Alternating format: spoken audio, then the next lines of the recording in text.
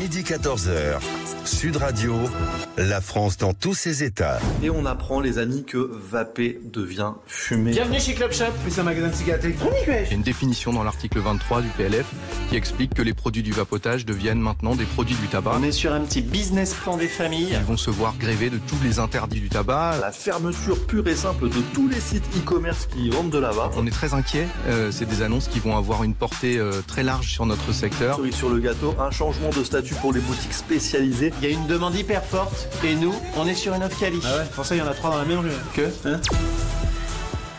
Bonjour chers auditeurs et auditrices de Sud Radio. Nous avons plein de choses à vous dire aujourd'hui pour vous décrire dans quel état est la France.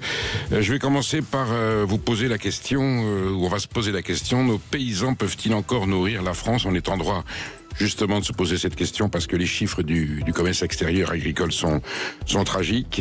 Ça sera mon humeur, je commencerai par ça parce que pour moi c'est une info assez désespérante et assez grave. Un pognon dingue, expression adorée, favorite d'Emmanuel Macron. Ben oui, un pognon dingue, c'est lui que la France balance par la fenêtre pour financer des projets, on peut dire absurdes. Comme on dilapide l'argent de nos impôts en faisant n'importe quoi, nous ferons l'inventaire de cette gabegie avec Guillaume Bigot, député Rassemblement National du territoire de Belfort. Il semblerait que l'on veuille aux marchands de cigarettes électroniques, on veut les taxer. Alors sont-elles vraiment un remède anti-tabac ou un agent nocif? On fera la part des choses avec un fabricant de cigarettes électroniques qui viendra donner son avis. Qu'est-ce que la Fédération française des trucs qui marchent? On apprend qu'en France, il y aurait des trucs qui marchent. Mais oui, et l'initiative est formidable. Grande nouvelle. Vous en saurez plus grâce à Théo Caviezel, qui est un élu du Grand Est, qui va nous dire c'est quoi les trucs qui marchent. Vous verrez, c'est des idées formidables. On s'étonnera que le RN dénonce la taxe de 2 € sur les petits colis chinois. On pensait qu'ils étaient au contraire soucieux de protéger l'économie française. Et là, ils estiment sur des arguments un peu démagogiques que ce n'est pas bien. Ils ont voté contre à l'Assemblée nationale. Et si l'intelligence artificielle virait au cauchemar? C'est toujours un risque, hein. Science sans conscience n'est que ruine de l'âme. C'est en tout cas ce qu'est en train de vivre une société bretonne à côté de Fougères, victime d'un faux démarchage mis en place à son enseigne. On parlera de ce patron qui est au bord vraiment du désespoir. Maud Clofer nous parlera du courage d'Amine Kézassi, dont le petit frère a été assassiné à Marseille par les narcotrafiquants. Dont les 2 frères ont été assassinés. Les 2 frères. Il y a eu le grand et maintenant le petit. C'est une tragédie qui est aujourd'hui au cœur de l'actualité. Effectivement, c'est très, très, très, très angoissant. Et puis, un petit parfum de bonheur avec l'arrivée du Beaujolais Nouveau 2025, jamais aussi floral et goulayant, et qui met la France en état de joie. Je vous dirai tout le bien que je pense non seulement de ce vin, qui est un vrai vin, et de la ferveur que cette fête a suscité au moment où les Françaises et les Français ont besoin d'un peu de joie pour contrer les mauvaises nouvelles de l'actualité. Voilà le menu de ce jour. Sud Radio, la France dans tous ses états.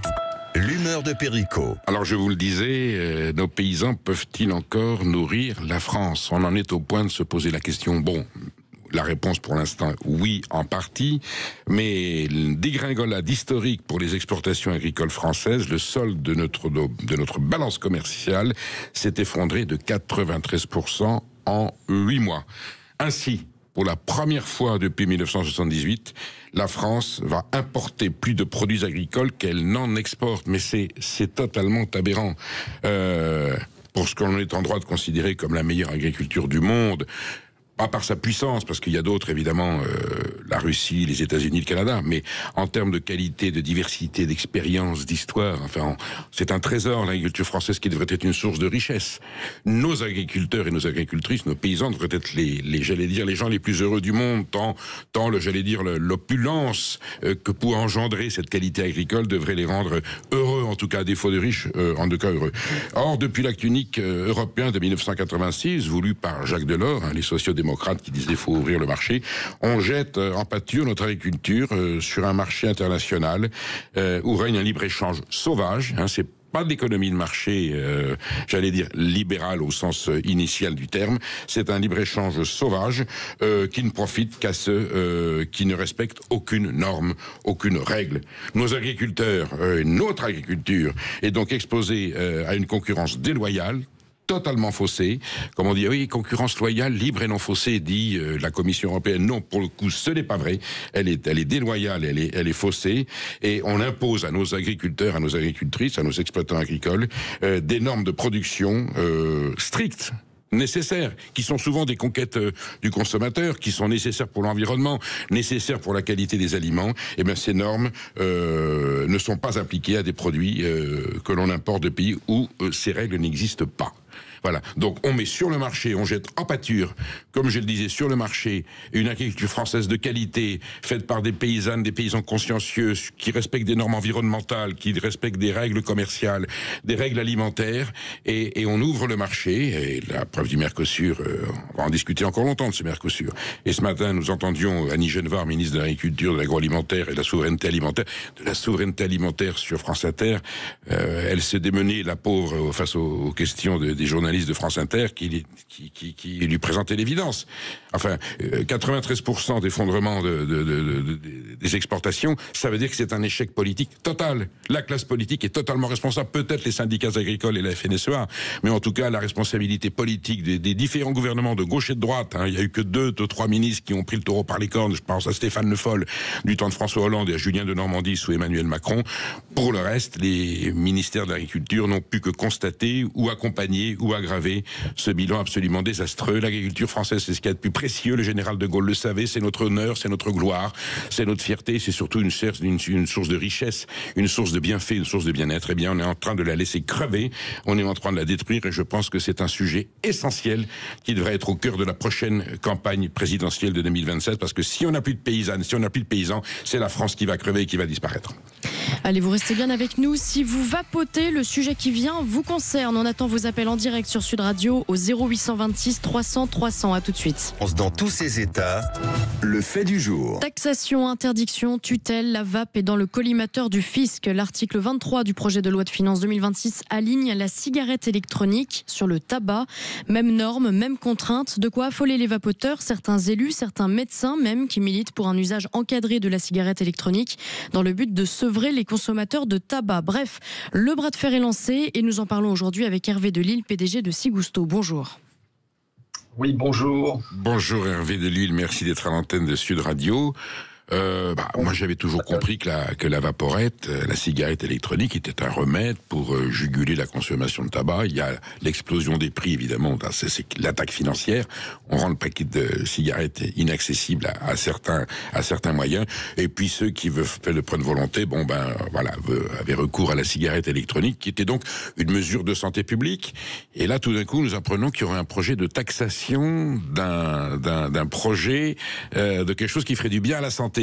Est-ce que vous pouvez nous expliquer cette contradiction? Quels sont les arguments qui vous ont été exposés pour suggérer une taxe de la cigarette électronique? Écoutez, tout d'abord, moi je pense qu'on peut déjà se féliciter du fait que les députés aient rejeté massivement l'article 23 hier soir. Ça veut simplement dire que eux ont bien compris. Bon, on a un petit problème de liaison. On va vous rappeler par téléphone. Ça va être plus simple. Vous vapotez, vous, Perico? Alors, je n'ai jamais fumé. Jamais fumé? Je n'ai jamais fumé. Je n'ai même jamais essayé. Je n'ai jamais avalé une fumée. Même pas un petit cigare? Alors, le cigare ne se fume pas. Il se déguste. On n'avale pas la fumée. Absolument. Voilà. Mais je suis totalement ignare, inexpert en cigarette et en tabac. J'ai des parents qui ont fumé. Il y avait un culte du tabac parce que c'est quelque chose. C'est toute une époque. Puis on a connu des hommes politiques, le général de Gaulle, le Georges Pompidou, vous aviez des débats télévisés, je me souviens de Droit de réponse avec Michel Pollack. Le studio était totalement enfumé par de la fumée de cigarette, et puis on a compris, la nocivité, ensuite il y a une forme de puritanisme. Non, faut pas rigoler, le tabac c'est un poison qui tue énormément, avec des cancers du poumon et d'autres cancers, voilà. Et mes généralistes, mes médecins qui me suivent, me disent le fait que vous n'ayez pas fumé est un atout énorme, même si ensuite on peut avoir des comportements alimentaires ou autres. Voilà, le fait d'ingérer du tabac en grande quantité est tout à fait nocif. Donc on avait cette vaporette, un peu énervante d'ailleurs, les gens qui sont là peuvent se tirer dessus. Voilà. Donc maintenant qui tient sur la oui, alors on a dit la vaporette, maintenant on va la taxer. Alors vous êtes avec nous, Hervé Delille? Oui, Ah, on vous a retrouvé. Alors voilà, reprenez ce que vous étiez en train de nous dire, ça va l'air très intéressant. Alors justement, j'étais en train de dire qu'on peut se féliciter d'avoir eu hier soir à l'Assemblée nationale un rejet de l'article 23 par une grande majorité de députés. Ça veut dire quoi? Ça veut dire que, au-delà du fait que les Français aient bien compris que la vape c'était la solution pour arrêter de fumer, les députés l'ont compris eux aussi, et certains comme Monsieur Cazeneuve, Monsieur Lecoq également l'ont largement expliqué sur les bancs de l'Assemblée hier soir. Qui était favorable à la taxation? Quels étaient les partis favorables à la taxation au départ? C'est le gouvernement? Au départ, c'est le gouvernement qui a lancé effectivement ce projet, mais vous savez, ce n'est pas juste une taxe, c'est un truc qui a été fait un peu, je dirais, à la va-vite. On cherche, vous le savez, des taxes un petit peu partout actuellement, et on regarde les sujets sous l'angle fiscal et pas sous l'angle de la santé publique. Vous l'avez bien expliqué juste avant. Et en fait, le problème aujourd'hui de cet article 23, au-delà de proposer une taxe, il propose surtout de mettre le secteur du vapotage sous la coupe de l'industrie du tabac. En fait, moi, ce que je dis clairement, c'est que cette réforme, cet article 23, il a été écrit sous la coupe des industriels du tabac, justement pour pouvoir encadrer et récupérer le marché de la vape dans les officines des buralistes. Voilà, tout simplement. Alors, le risque, c'est quoi finalement? C'est que si demain, au-delà d'avoir une taxe, les magasins de vape devaient fonctionner de la même manière que les bureaux de tabac. Vous savez que c'est un monopole d'État et que la vape aujourd'hui n'est absolument pas organisée pour travailler comme les bureaux de tabac. Et bien, le risque, c'est 20 000 emplois supprimés dans la filière qui est purement française, indépendante de l'industrie du tabac, face à justement cette industrie qui est multinationale. Nous, on est français, on est un petit peu... Hervé Delille, est-ce que je peux permettre une métaphore? Ce que vous êtes en train de nous expliquer, c'est hallucinant. C'est comme si le lobby betteravier sucrier avait le monopole des médicaments anti-diabète. C'est un petit peu ça, si je comprends bien. C'est exactement ça. En fait, on confond la solution et le problème. La vape est la solution au sevrage tabagique, mais pas le problème. Et nous encadrer via Bercy, les douanes, serait une erreur terrible. Il est évident que la vape est un secteur qui doit être encadré dans le cadre de la santé publique et donc par le ministère de la Santé. Hervé Delille, pour autant, allez, faites-vous un peu l'avocat du diable. Est-ce que la vaporette est 100% sans danger, ou il peut y avoir, si on en abuse, un soupçon de nocivité dans un usage excessif? Non, mais franchement, il faut être tout à fait honnête, la vaporette n'est pas sans danger. Évidemment, elle est bien moins dangereuse que la cigarette. 95%. Non, mais ça, on est d'accord, voilà, mais c'est pas 100%, voilà, c'est ce que je voulais vous dire. Mais c'est pas l'argument qu'ils ont usé, d'ailleurs, je crois, pour taxer. Pas du tout. Non, l'argument, c'est effectivement l'encadrement, mais vous savez, moi, je suis plutôt, et la filière, je représente aussi la filière, la FIVAP, qui est l'encadrement même de la filière française de la vape en France. On est tous pour un encadrement sur les sujets de marketing, de produits. Il n'y a aucun sujet. Il faut qu'on se mette autour d'une table, qu'on puisse discuter et qu'on mette en pause l'article 23, que le gouvernement accepte de mettre en pause cet article 23, et le Sénat également qui va être saisi du sujet dans les jours qui viennent. Voilà. En fait, ce que je veux vous dire, c'est qu'on n'a absolument pas été consulté au préalable. Oui, ça on s'en doute, c'est absurde. 23 sur les bancs de l'Assemblée. Hervé, on a en ligne Anthony qui est vendeur de cigarettes électroniques à Castres, qui voudrait donner son avis. On vous écoute, Anthony. Bonjour Perico, bonjour Hervé. Bonjour. Voilà, donc moi j'ai un réseau de 8 boutiques effectivement. Oui. De cigarettes qui s'appelle la vape. Du coup, moi je voulais réagir effectivement pour le moment temporairement, on est un peu soulagé. Et ce que je voulais dire, c'est que le sujet de santé publique qu'est le sevrage tabagique mérite un vrai débat et pas, comme a dit Hervé, sans être consulté. Et voilà. Ça nous est tombé dessus comme ça, voilà. et juste sur le biais de la taxe. Je pense que l'encadrement de la vape, on est tous plus ou moins d'accord. Mais enfin, voilà, là on a vraiment l'impression qu'on a fait un PLF, on a fait un article parce qu'on avait des sous à récupérer, Et puis pour la santé publique, on verra plus tard. Vous, Anthony, vous choisissez vos modèles, j'y connais pas grand-chose, vous choisissez vos modèles de vaporettes, il y en a qui sont de meilleure ou moins bonne qualité, il y a des prix différents? Alors, nous, ce qu'on choisit, généralement, ça va être plutôt sur les grandes marques pour que nos clients puissent retrouver des éléments quand ils sont en mobilité, enfin, où on a quand même 4-5 grandes marques, mais il n'y a pas vraiment de marque qui serait nocive ou pas nocive. Ça n'a rien à voir. Bon. Je voulais apporter, par rapport à tout à l'heure, vous disiez est-ce que c'est nocif, pas nocif. Il y a un débat qui se clôt très vite quand on dit qu'est-ce qui tue dans la cigarette? C'est le monoxyde de carbone et le goudron. Et dans la vaporette, il n'y a ni monoxyde de carbone et ni goudron. Voilà, il n'y a pas ce qui est le plus dangereux, le plus nocif, ça c'est clair, même si peut-être que l'abus de vaporette peut engendrer, pour des raisons différentes, peut-être quelquefois certains problèmes selon le métabolisme. Hervé Delille, vous êtes... Il y a un point important quand même à rajouter, oui, je crois. Oui, on vous écoute. Nous commercialisons des produits français, 100% français. On est une filière d'excellence française.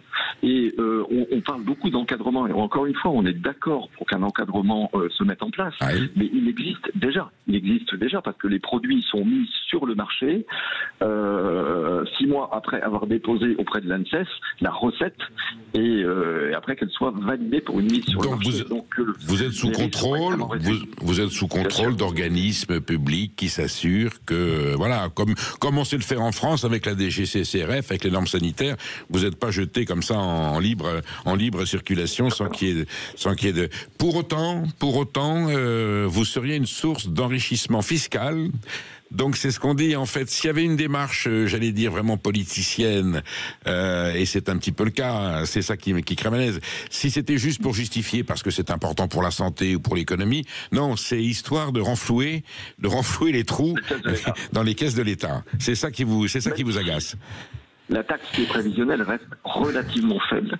Mais vous savez qu'on est encadré par l'Europe et qu'en 2028, l'Europe prévoit une taxe sur la filière de la vape assez importante et que, évidemment, les politiques français se sont dit on va commencer avant l'Europe. Bah oui, gagner de l'argent un peu plus tôt. C'est toujours mieux. C'est toujours mieux. Mais vous savez, oui, je vous allais vous dire, Hervé, est-ce que vous avez bien senti que la surtaxation des paquets de cigarettes vous a quand même envoyé de la clientèle? Il y a des gens qui ont opté pour la vaporette. Il y en a peut-être certains qui ont complètement arrêté de fumer. Et vous avez senti qu'il y avait quand même... disons que c'est une étape pour le désapprentissage ou la désintoxication du tabac. Sur les dernières années, on observe que le tabac, c'est 4 millions de fumeurs de moins. Et la vape, 4 millions de vapoteurs de plus. Alors, donc c'est une manne. Il y a une relation de cause à effet. Donc c'est une manne. C'est une manne. C'est une manne importante pour tout le monde et surtout pour l'État. Et on a lancé Sigusto avec IFOP une grande enquête justement pour démonter les idées qui pouvaient exister et qui consistaient à dire que la vape était une porte d'entrée pour les jeunes et ou pour le tabac. C'est complètement faux. Je vous donne quelques chiffres. IFOP, en tête de la semaine dernière, nous dit clairement que 96% des vapoteurs sont d'anciens fumeurs. Expliquez-moi où est la porte d'entrée vers le tabac, que 91% des vapoteurs ont réduit ou arrêté de fumer et que 42% des vapoteurs ont complètement arrêté. Écoutez, on a bien compris. En fait, le gouvernement essaie de faire en sorte de réorienter les profits que peuvent engendrer la vaporette vers le lobby du tabac. C'est extraordinaire. C'est celui qui, entre guillemets, a introduit une mauvaise hygiène de vie qui devrait récupérer les fonds de ce qui, au contraire, tend à résoudre ce problème. Merci Hervé Delille pour votre témoignage. Et puis on suit le dossier. Voilà, on n'hésitera pas à vous recontacter pour en savoir davantage. À très bientôt. Allez, vous restez bien avec nous et vous n'hésitez pas à nous appeler au 0826 300 300 sur Sud Radio. À tout de suite. Perle du jour. L'Assemblée nationale a approuvé hier la mise en place d'une taxe de 2 € ciblant les petits colis, Perico. Eh bien oui, la taxe a été approuvée avec le vote contre des députés du Rassemblement national. J'ai pas bien compris. On écoute les explications de Jean-Philippe Tanguy. Oui, on est contre cette taxe sur les petits colis. Depuis le début, on n'a pas changé d'avis. Au début, on s'est fait assassiner par le consensus médiatique en expliquant qu'on était irresponsable. Déjà, cette taxe, c'est pas pour lutter contre la concurrence déloyale, c'est juste pour taxer les Français. C'est 600 millions d'euros sur leurs pommes. Oui, d'accord, Jean-Philippe Tanguy. Enfin, non, il n'y a pas de consensus médiatique. Il y a une protection du petit commerce de proximité, de nos industries. Le Rassemblement national a été le premier parti à dénoncer à juste titre cette concurrence déloyale, cette invasion de produits asiatiques importés par la grande distribution, qui ruine non seulement notre commerce de proximité, mais y compris certaines petites industries qui produisaient ces biens de consommation. C'est importé dans des conditions épouvantables, et on sait, veut dire, le Rassemblement national est au courant de tout, c'est lui qui a porté ce combat si longtemps. C'est fabriqué en Chine, dans des pays du sud-est asiatique, et dans des conditions abominables, avec des enfants qui sont exploités. C'est des produits dont on sait souvent qu'ils ne sont pas sains. Il y a eu la polémique Chine, là-dessus, les petits colis qui arrivent, voilà, c'est un cauchemar économique, c'est un fléau. Alors, évidemment, ils ont le droit de dire, d'accord, le gouvernement, et c'était comme tout à l'heure avec la vaporette, le prétexte c'est de renflouer voilà, les trous qui sont dans les caisses de l'État. Mais enfin, si cette taxe est bénéficiaire à notre économie, qu'elle permet aux consommateurs de ne pas, ou de les dissuader de se fournir chez ces pays-là, et si ça permet justement aux consommateurs de prendre conscience qu'ils ne peuvent pas tout acheter dans des conditions, quelquefois ça détruit même les filières économiques dans lesquelles ils ont travaillé, ou des gens proches d'eux. Enfin, c'est une conscience nationale, c'est quelque chose de salutaire de taxer ces petits colis, et je comprends pas comment le Rassemblement national a pu. Alors, est-ce que ça semblerait de la démagogie, c'est-à-dire qu'on va dans le sens, oui, comme vous êtes pauvre, vous avez le droit d'acheter des produits qui sont pas bons pour vous, pas bons pour l'économie, pas bons pour la France, mais on défend le pouvoir d'achat des petits. Il y a quand même une connotation électoraliste, et ça m'étonne, surtout Jean-Philippe Tanguy, qui est un homme politique en général avisé, précis, assez courageux. Là, j'ai pas compris l'argumentation, j'ai l'impression qu'ils n'en pensent rien, mais que pour des raisons d'opportunisme politique électoral, eh bien, ils ont voté contre cette taxe qui, fort heureusement, a été votée. Je trouve que 2 €, c'est pas assez. Je crois qu'Olivier Grégoire proposait 25 €. Là, 2 €, ça dissuadera les revenus vraiment les plus faibles, mais ça dissuadera, c'est pas ça qui empêchera l'invasion de la France, de notre marché, avec les petits colis contenant des produits dangereux, nocifs, et en tout cas ruineux pour notre économie. Une entreprise française subit une usurpation d'identité depuis 3 semaines, et impossible de savoir qui en est à l'origine. Oui, alors cette société s'appelle Nova Energy, elle est dirigée par Maël Guibert, elle est près de Fougères, et alors il y a un truc hallucinant, comme quoi l'intelligence artificielle, je dis, science sans conscience n'est que ruine de l'âme, et là on a une technologie de performance de l'avenir, on nous explique que ça va révolutionner effectivement la civilisation, sauf que dans les mains de gens mal intentionnés, ça peut devenir une arme absolument terrifiante. Donc l'intelligence artificielle envoie au nom de cette société Nova Energy des messages du démarchage téléphonique. Alors, vous, Maud, vous en avez reçu aussi, moi j'en ai, et c'est tellement bien fait qu'on a l'impression que vous avez une personne qui vous parle au bout du téléphone. Il fait la conversation. Mais la preuve, c'est quand on dit non, il y a un blanc, elle a l'air de vous répondre, et ensuite on comprend très vite, c'est une image, vous parlez à un robot. Mais enfin, c'est quand même terrifiant. Et donc la Nova Energy, eh bien, il y a un démarchage en son nom qui est fait de façon absolument brutale et sauvage partout. Et qu'est-ce qui se passe? Eh bien, les gens qui sont harcelés par ce démarchage appellent Nova Energy, envoient des mails, envoient des messages de contestation, pas d'insultes, mais presque, voilà. Donc Maël Guibert a consulté à Rennes le centre de l'organisme qui contrôle la cybercriminalité, et là, deuxième grande et terrible mauvaise nouvelle, on ne peut rien faire. Ça utilise des numéros qu'on ne peut pas contrôler, des numéros qui existent, et donc il n'y a pas de remède, j'allais dire policier, juridique, technologique, pour enrayer une intelligence artificielle aux mains de malfaiteurs ou de gens mal intentionnés qui portent préjudice. Maël Guibert est dans un état de dépression absolue, parce que là, ça fait 3 semaines que ça dure, et on l'écoutait ce matin, il me semble que c'était sur France Inter, il disait, il dormait plus, il mangeait plus, et surtout, le plus grave, si ça continue comme ça, vu les réactions des clients qui ne comprennent pas, ça risque de mettre l'avenir de son entreprise en danger. Voilà, donc on attend des pouvoirs publics et de nos gros techniciens une solution immédiate, parce que ça, c'est qu'un début, on n'est qu'au début de l'IA. Qu'est-ce que ça sera? Ça va être quoi les prochaines étapes? Non mais attendez, Maud, ça vous inquiète pas? J'aurais peut-être une IA à votre place, en fait.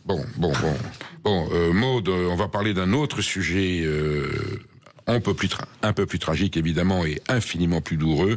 Je suppose que vous avez lu comment la tribune d'Amin Kessassi dans Le Monde. Quel courage. Et tout le monde devrait la lire, à commencer par les responsables politiques, ne serait-ce que pour s'inspirer du courage de ce jeune homme. Amin a perdu ses 2 frères, l'un en 2020, calciné dans une voiture. Il était impliqué dans le trafic de drogue.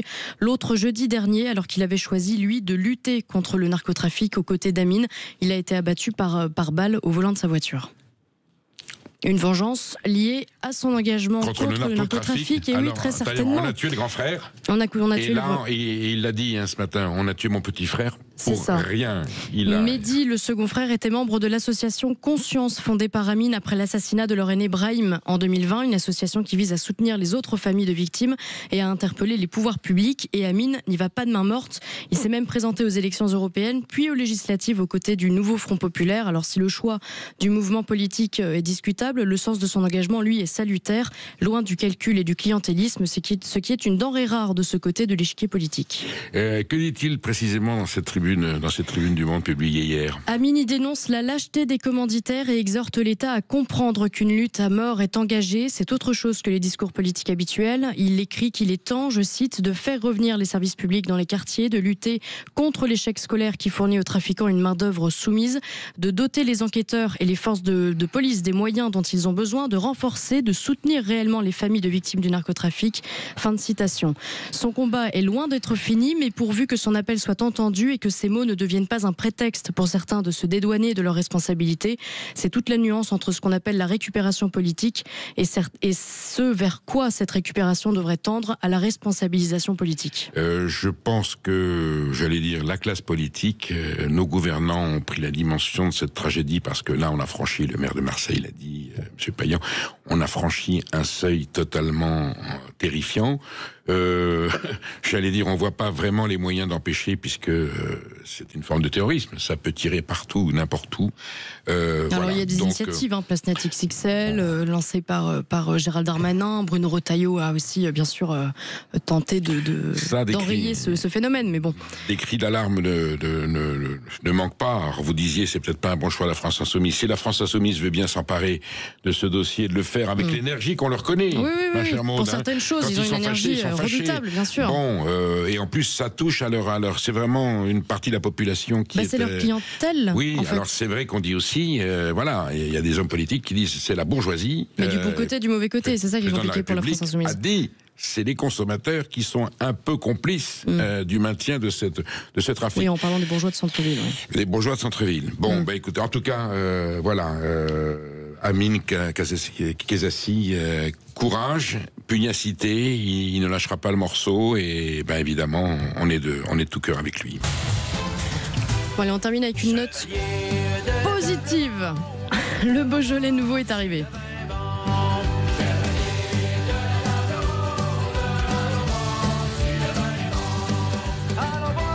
Oui, dans cette actualité tragique et douloureuse, je tenais à faire un petit clin d'œil au lancement du Beaujolais nouveau 2025, rituel vraiment populaire, ancien, qui a une vraie histoire, qui a été décrié parce que le Beaujolais nouveau, a été quelquefois détourné de sa vocation de vin de plaisir en vin pour faire du fric et à l'exportation. Pour autant, ce rituel subsiste et je rejoignais hier des amis vignerons du Beaujolais qui célébraient ça dans une très jolie brasserie parisienne qui est la Petite Périgourdine, je la cite parce que c'est un endroit où il fait bon vivre. Et je suis arrivé, vous et moi, Maud, on est sur Sud Radio, on voit, nous défrayons des chroniques douloureuses, on donne des actualités pas toujours réjouissantes, et j'ai vu dans cette brasserie, dans ce bistrot parisien, alors, je crois qu'il y avait toute catégorie sociale confondue, toute obédience idéologique et confessionnelle, et il y avait une ferveur, une joie. Le Beaujolais 2025, il est délicieux. Moi, j'adore le Beaujolais nouveau. Je dis que c'est le seul vrai vin parce que après, les vins vont être élevés, fermenté, vinifié, éduqué, peut-être modifié. Vous êtes un puriste, en fait. Alors voilà, le Beaujolais nouveau, tant décrié, c'est du vrai vin, c'est le raisin pressé dans la cuve au moment de sa naissance. Et d'ailleurs, c'est le seul vrai vin que les hommes ont bu frais, puisqu'après, pour des raisons que l'on sait biologiques, le vin peut piquer s'il n'y a pas de soufre. Donc voilà, c'est un vin de bonheur, c'est un vin de soif, c'est un vin de joie. Celui-là était particulièrement goulayant. Je ne veux, avec modération, je ne veux surtout pas faire l'apologie de l'alcoolisme. Je m'en défends parce que le monde vigneron est un monde qui combat l'alcoolisme. Voilà. Mais en tout cas, il y avait surtout, c'était l'esprit, c'était l'ambiance qu'il y avait dans ce bistrot. Il y en avait d'autres en France. J'ai eu des copains qui m'ont appelé de Lyon, d'autres à Bordeaux. Le rituel n'est plus ce qu'il a été dans les années 50-60 où c'était quasiment une fête nationale du vin. Bon, mais là, il y avait une ferveur et la clameur qu'il y avait, j'allais dire la joie. On sentait que, si je peux m'exprimer ainsi, le peuple français avait un peu envie de faire la fête. Des femmes, des hommes qui s'étaient rassemblés pour passer du bon temps, partager dans la convivialité et la bonne humeur, les joies de célébrer les bonheurs et les plaisirs de la France. Voilà, ils n'ont rien fait de mal. Et on voit bien que c'est un pays qui est en souffrance. Il y a de la fracture sociale, il y a des gens qui n'ont pas pu accéder. On pense à ce moment-là aux gens qui sont dans des EHPAD, qui sont malades, des gens qui ont des difficultés pour finir le mois. Il ne s'agit pas de dire qu'on est en fête. Mais voilà, mais cette fête populaire autour d'un vin de paysans, du Beaujolais, qui est le symbole de la France, avec le camembert, la baguette de pain et le béret basque, il était à l'honneur. Et on voit que dans ce pays, il y a encore de l'énergie, il y a encore des gens qui veulent se faire plaisir, partager et dire surtout qu'on a l'espoir un jour que l'on puisse tous célébrer ensemble que ce que l'on veut. Le saucisson, la choucroute, la rillette, voilà, tous les bienfaits du terroir français sont là pour rassembler les Français. On accueille le monde entier et le monde entier vient en France pour justement célébrer et partager cette joie de vivre à la française. Midi 14h, Sud Radio, la France dans tous ses états. C'est la Fédération française des trucs qui marchent. Parce que la Fédération française des trucs qui marchent, ça existe. Le nom est plutôt cocasse, mais cette fédération, je vous assure, est d'utilité publique. Il faut que vous en parliez à vos élus locaux, puisque son but est de promouvoir des initiatives locales pour inspirer d'autres communes, d'autres élus. C'est du concret et on est ravis d'en parler aujourd'hui avec Théo Caviezel et Raphaël Ruguer. Bonjour messieurs. Bonjour. Alors, la Fédération française des trucs qui marchent, moi, j'y croyais plus qu'il y avait des trucs qui marchent dans ce pays, mais surtout que des élus, des hommes, des femmes se rassemblent pour promouvoir cette façon heureuse d'être français et surtout aller voir dans nos territoires, c'est ce que vous avez fait, on va en parler.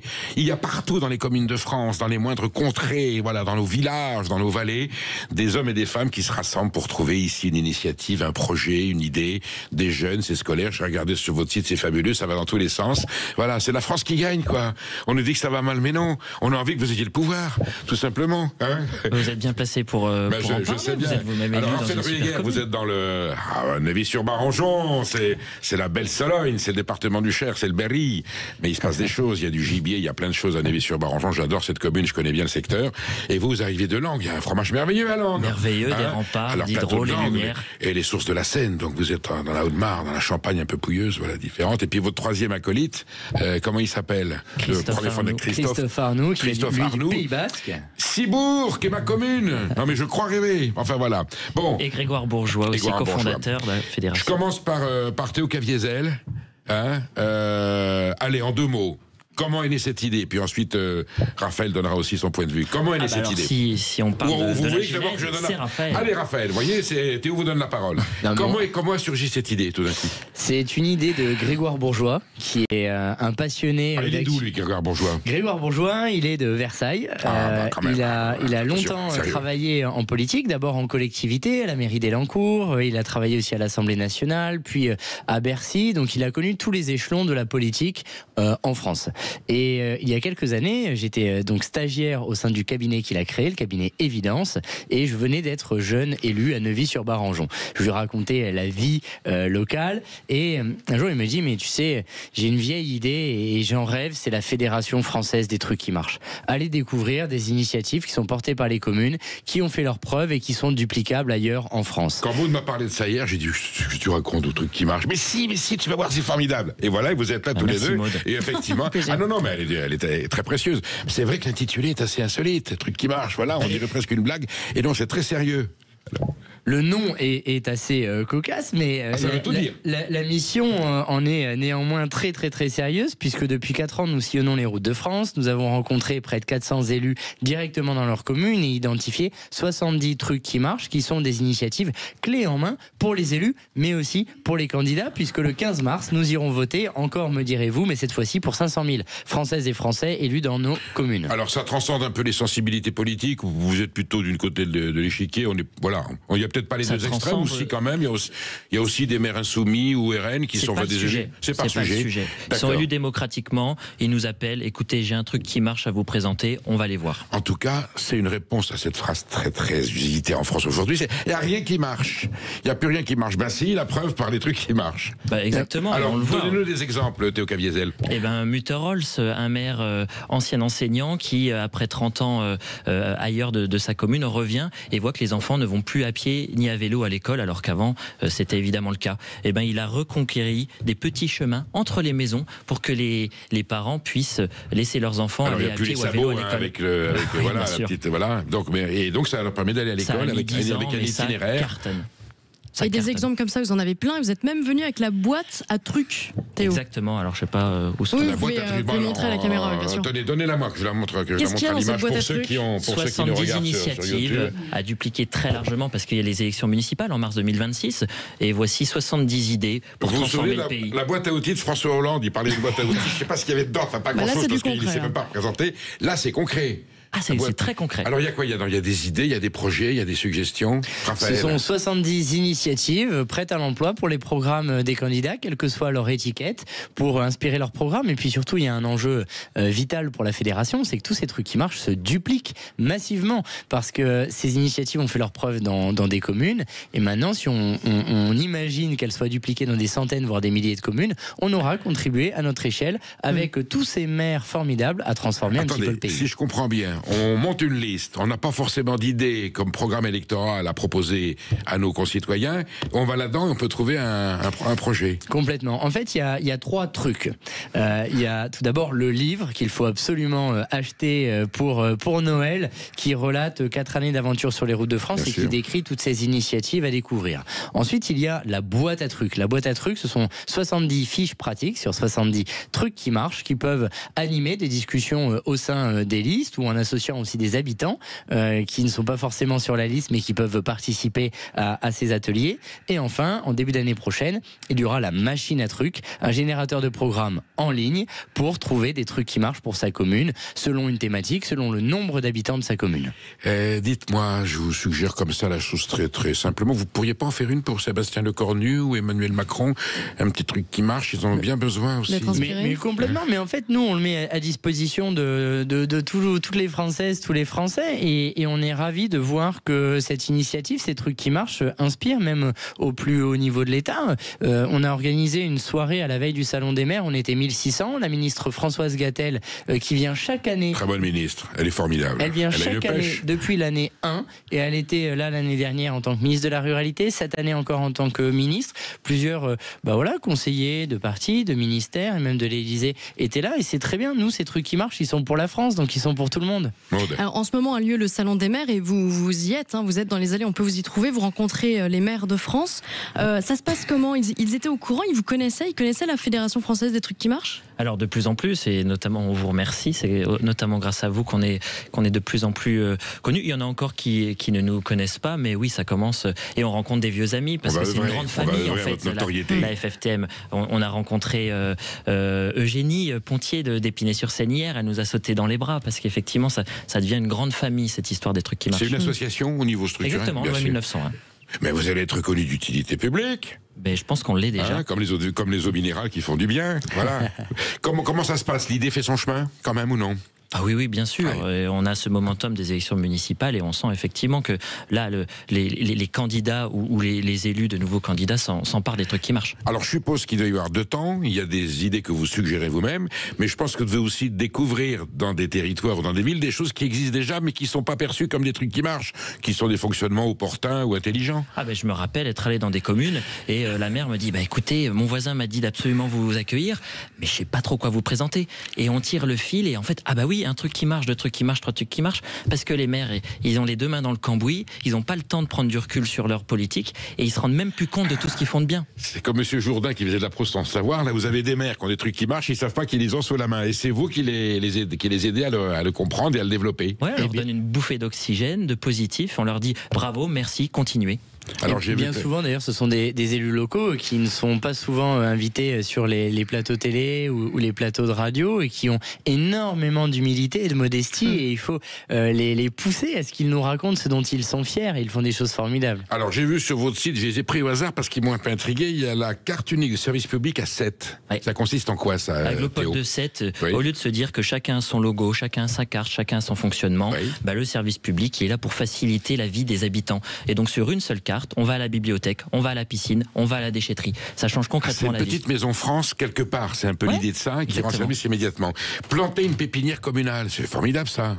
Ah oui, alors on en a deux d'ailleurs. Il y en a une chez moi dans le Cher, à Saint-Vite, où sur un ancien terrain agricole en mono-exploitation céréalière, le maire a eu cette idée de faire un immense verger municipal afin de produire des fruits pour tous les habitants, tous les visiteurs. Et aujourd'hui, c'est un petit peu la nouvelle place de la commune. Mais on a eu aussi le cas à La Possession, qui a une pépinière municipale pour avoir toutes les fleurs, toutes les plantes, à la fois pour les espaces publics, mais aussi pour faire de la reforestation sur le territoire. Des kits pour économiser l'eau?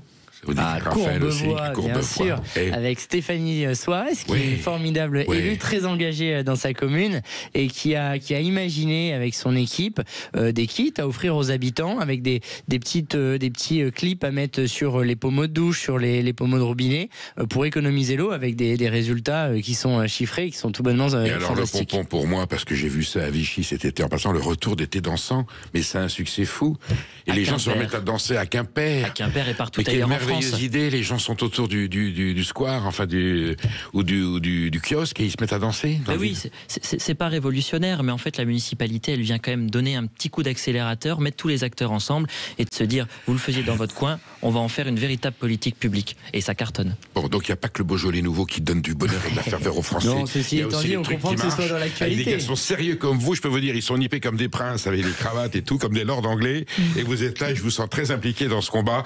Bon, je ne pouvais pas vous dire Français que la France est sauvée, mais quand on a des gaillards comme ça qui sont prêts avec les projets qui sont là, je dis quand même que tout n'est pas foutu et qu'on a de bonnes raisons d'espérer. Mais merci d'être venus à tous les deux. Et puis on se tient au courant parce que je pense que j'aurai besoin de vous revoir quand j'aurai pas le moral. Pour retrouver toutes ces belles initiatives, trucquimarche.fr, truc au pluriel. Merci messieurs d'être venus jusqu'à nous. Hervé, Raphaël. Dans un instant, on parlera des trucs qui marchent et des trucs qui marchent peut-être un peu moins bien avec Guillaume Bigot, député du territoire de Belfort. N'hésitez pas à nous appeler 0826 300 300. À tout de suite. Midi 14h, Sud Radio, la France dans tous ses états. Le face-à-face. C'est chic. C'est chic le fric. Guillaume Bigot, merci d'être sur Sud Radio. Aujourd'hui, je ne pense pas que ça vous fasse violent. Comment? Bien sûr. Et je vous ai invité parce que on va l'écouter tout à l'heure, une superbe tirade sur les gaspillages de sommes publiques, j'allais dire conséquentes, pour des projets qui sont quelquefois hallucinants d'absurdité. Tout d'abord, Guillaume Bigot, je vous dis merci d'être là. Merci pour votre invitation. Nous nous connaissons, je vous ai connu vierge de tout engagement politique. Vous étiez aux côtés d'une personne que nous vénérions, qui était Jean-Claude Barrot, à l'université, au Pôle Léonard de Vinci, à Nanterre. Jean-Claude Barrot qui avait été prêtre ouvrier, qui ensuite a fait de la réinsertion de jeunes drogués et délinquants, introduit à l'Élysée avec son épouse Ségolène, pas royale, Ségolène Barrot, donc un saint homme, si je puis dire, voilà, qui nous a quittés l'an dernier. Donc vous étiez très proche. Est-ce qu'on peut dire un petit mot de Jean-Claude Barrot? On peut lui dire un mot. Je pense que je peux le reconnaître comme un maître. Lui-même avait des maîtres et il l'admettait volontiers. Donc il y a chez Jean-Claude Barrot, le plus intéressant, le plus attachant, c'est la notion de transmission. Et Jean-Claude Barrot, toute sa vie, vous l'avez rappelé, Péricolégas, dans des milieux sociologiques complètement différents, a eu à cœur de transmettre. Transmettre d'abord une culture immense. L'un de ses maîtres n'était autre que Fernand Braudel, donc ça situe un peu le niveau du personnage. Et il était aussi cultivé, aussi fin et aussi intelligent qu'il était capable de parler absolument à tous les publics de manière extrêmement simple, mais pas comme aujourd'hui le font certains politiques, c'est-à-dire en parlant aux vrais gens avec des éléments de langage, pas du tout. Il avait d'ailleurs à cœur de ne jamais caricaturer, de ne jamais... Il adorait, disons, la vulgarisation, mais c'était une vulgarisation exigeante. Et on a commis d'ailleurs avec les 2 bouquins qui s'appellent Toute l'histoire du monde et Toute la géographie du monde. Je le dis d'autant plus facilement que j'ai tenu une petite plume, mais c'est lui qui a tenu la grande plume. Donc c'est vraiment un hommage que je lui rends aussi de conseiller à tous nos auditeurs ces livres, parce qu'il en a conçu l'idée, et je pense qu'ils sont à son image, c'est-à-dire très forts. C'était un immense pédagogue et il avait l'art de démocratiser, de vulgariser des théories un peu complexes. Et quand on l'appelait, quand il y avait un enjeu de politique internationale, de géopolitique, il connaissait ces dossiers par cœur, il faisait une synthèse très pertinente. Synthèse remarquable, et il avait cette idée, me semble-t-il, qui a été perdue, c'est-à-dire avant de juger, il faut comprendre. Comprendre avant de juger, c'était aussi, ça a l'air d'être un truisme, mais à l'époque du clash, et il était quand même assez fort en matière de synthèse, et même de synthèse très frappante. Il avait des saillies parfois extraordinaires, mais ça s'appuyait sur une longue réflexion. Et puis un fond chrétien, toujours dans la compassion, dans l'écoute de l'autre et dans la tolérance. Alors, Guillaume Bigot, vous êtes un républicain, un patriote, c'est indéniable, j'allais dire quasiment fondamentaliste de la République. Il en reste quelques-uns encore. Voilà, tout à fait, engagé dans le monde universitaire avec des ouvrages. Mais Robespierre disait au début de la Révolution, il n'y avait pas 2 républicains à Paris, donc je pense qu'on est encore un peu plus nombreux que 2, Perico. Tout à fait. Donc à mon avis, tous les espoirs sont permis pour la suite. Pour autant, vous avez choisi, on peut dire courageusement, même si vous exposez évidemment à la critique, vous avez choisi de franchir le Rubicon de l'engagement politique, et vous êtes aujourd'hui élu du Rassemblement national sur le territoire de Belfort. Je rappelle que c'est le territoire de Jean-Pierre Chevènement. C'est un passage à l'acte conséquent quand même, c'est très net. Parce que le Rassemblement national, voilà, on connaît la polémique qui est autour de la naissance de ce parti. Aujourd'hui, c'est un parti qui est dans l'arc républicain. Je pense que c'est même pas la peine une découverte. Vous avez trouvé des codes communs et des valeurs à partager avec le Rassemblement national d'aujourd'hui. Je dis bien, on pense à M. Chenu, à M. Tanguy, à M. Exactement. Voilà. Non, j'aurais jamais mis les pieds. D'ailleurs, j'ai aucune gêne à le dire. Je n'aurais jamais mis les pieds au Front National. J'aurais jamais mis les pieds dans un parti dans lequel non seulement je me reconnaissais pas, mais dans lequel il y avait des choses qui ne me convenaient pas du tout. Et voilà. Dans le Rassemblement national, si j'ai une pointe d'immodestie, c'est que je n'ai pas changé. C'est le Rassemblement national qui a opéré une mue absolue, totale, et désormais, il faut être d'une mauvaise foi totale pour ne pas reconnaître qu'il est sur des positions gaulo-bonapartistes, républicaines, clémencistes ou gaullistes, enfin, appelons ça comme on veut, c'est-à-dire un État régalien fort, somme toute, en France, évidemment le contrôle des frontières pour l'immigration, mais aussi le contrôle des frontières pour les produits à bas coût, par exemple, et aussi une politique de justice sociale et de justice fiscale. C'est, voilà, grosso modo, l'alliance entre les gaullistes et les communistes qui est à l'origine de la Sécu, mais c'est aussi finalement le programme de Napoléon III, c'était aussi le programme de Bonaparte, etc. Il y a quelque chose dans l'histoire de France qui court, une longue tradition qui court, avec l'idée que voilà, le pouvoir étatique doit être fort, le souverain doit s'appuyer sur le peuple un peu pour faire courber la tête des élites. En tout cas, nous constatons que des millions de Françaises et de Français en conviennent, se reconnaissent et votent librement pour ce parti, et il faut en tirer les conclusions et les conséquences. Qui est critiquable. Bon, les positions sont évidemment critiquables dans le débat démocratique, mais le qualifier, me semble-t-il, d'extrémiste, c'est totalement de mauvaise foi. Vous restez pour l'instant un esprit libre, peut-être même quelquefois un emmerdeur, un empêcheur de tourner en rond. Je suis pas sûr d'ailleurs qu'Aurel soit toujours satisfait de vos prises de position, parce que... il faut leur poser la question.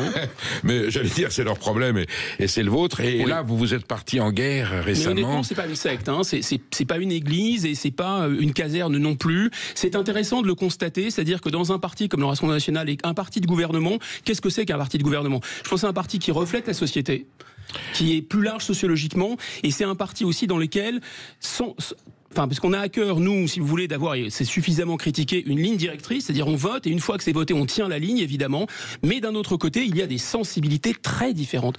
Et Marine Le Pen a cette force de nous laisser libres. Par exemple, elle laisse libre ses députés sur des sujets aussi graves que le vote sur la fin de vie. En vos âmes et consciences, tranché. Vous voyez, et ça, c'est pas courant dans tous les partis. Alors vous dites une secte, c'est pas une secte, pas plus que dans d'autres partis. Non, mais il y a un sectarisme qui est propre aux partis politiques. Tous les partis politiques politiques ont cette pente, si vous voulez. Guillaume, on en a connu même au PS, même voilà, on dira pas tout, même à la France insoumise, évidemment. Non, là vous exagérez, Perico. Là, non, mais voilà, le sectarisme fait partie, j'allais dire, de l'engagement politique. Il y en a qui le vivent de façon un peu sectaire, un peu dogmatique, un peu idéologique, et puis d'autres de façon il y en a qui ouverte. font du sectarisme, un fond de commerce. Et on pourrait dire ça comme ça. Et le RN n'échappe pas à cette règle, démocratique. Il y en a qui, après avoir effectivement cassé du curé, maintenant lèchent les babouches des imams, oui. Guillaume Bigot, on va vous entendre. On va vous entendre dans une tirade un peu celle, vous savez, celle de Hollande pendant le discours. Voilà, moi président. Là, c'est pas moi président. Là, c'est un inventaire. Alors pas à la Prévert je suis inquiet, de sommes publiques. Parce que quand un journaliste fait vos louanges, en 13 vos louanges, c'est inquiétant. La suite des événements est inquiétante. Allez, on envoie Guillaume Bigot. On a donné de nos impôts 510 000 € depuis 2020 à des Béninois pour leur apprendre à faire caca correctement. Deuxième exemple, 1,5 million d'euros depuis 2019 pour améliorer la compétitivité de la filière thé dans le nord du Laos. Troisième exemple, 2 millions d'euros ont été généreusement versés par la France à des pays d'Afrique subsaharienne consacrés à des recherches sur la prolifération du criquet pèlerin. Bon, on arrête là, il y en a 10 comme ça. Oui, et puis je suis sûr que si vous... Il y en a beaucoup plus que... Et c'est la deuxième année que je fais ça, donc je peux faire un classement des 10 dépenses les plus foutraques. On finance des skateparks, on finance des vélos Décathlon pour équiper la police dans des pays d'Afrique, on finance... Mais ça peut être... Vous avez chiffré le total ou non? Alors le grand total, si vous voulez, c'est 13 milliards d'euros de l'aide publique au développement. Ça comprend beaucoup de choses, ça comprend par exemple la première année de séjour des gens qui demandent le droit d'asile, c'est curieux mais c'est comme ça, ça comprend des frais d'écolage pour des gens qui profitent de bourses. Donc en fait le cœur du sujet, c'est environ 4 milliards, ça a déjà été réduit à peu près 4 milliards, sous forme de dons, sous forme de prêts. Et on trouve des sommes absolument énormes, des milliards et des milliards dans des fonds multilatéraux pour replanter la forêt en Amazonie, etc. Mais on trouve aussi des petites sommes, que ce soit du macro ou du micro, c'est édifiant. Par exemple, on a trouvé des trucs, 50 000 € ont été payés, par exemple, pour faire 4 pages de PDF. 4 pages de PDF, 50 000 €, c'est cher la page, sur le genre et le climat. Et quand on creuse, vous vous rendez compte, c'est des petits cabinets de bobos d'Arrive Gauche, des copains, des dirigeants de l'Agence française de développement qui ont fait ça. Donc, en fait, il y a un gâchis gigantesque d'argent public. On cherche de l'argent public partout et on finance directement.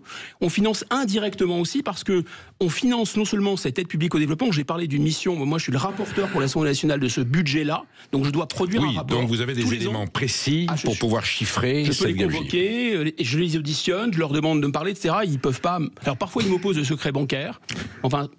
Assez rarement, je dois dire, il y a à qui posez-vous la question, par exemple? À quel organisme? Aux gens, au ministère des Affaires étrangères qui ont la tutelle de ça, normalement, à Bercy, à la direction du Trésor. Je pose la question aussi à la cellule de crise du Quai d'Orsay qui gère des fonds humanitaires. Je pose la question au directeur général de l'Agence française de développement.